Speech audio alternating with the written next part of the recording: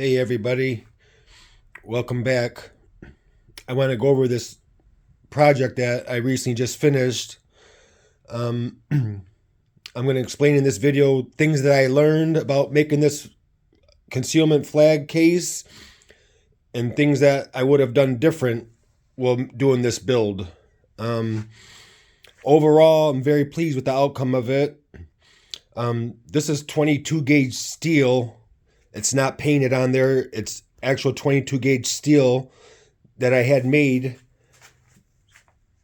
and the quality is amazing. It's beautiful, strong, durable.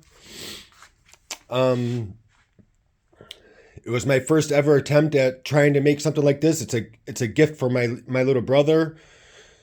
But let me show you how everything works out. It's got an RFID lock on it that works through the steel and 1/4 inch wood at the same time. It's 24 by 13. As you can see, it can hold a lot of firearms, bullets, money, whatever you want to put in there. There's the RFID lock. The magnet underneath of there is for the motion activated light that I have off at the moment, just so I don't kill the battery before I get it sent up to my little brother.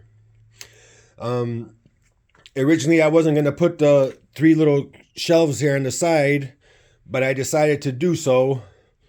I like it. I don't know if I'll do it on my next build because it kind of takes up some space, but mainly that's for clips and boxes of shells, whatever you wanted to keep in there.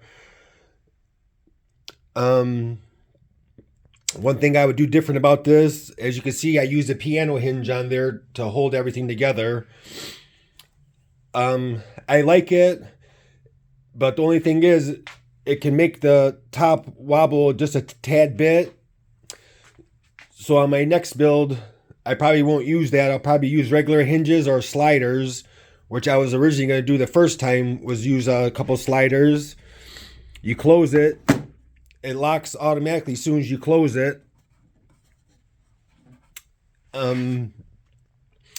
It's stained with pecan stain, which is, you can see, is very pretty.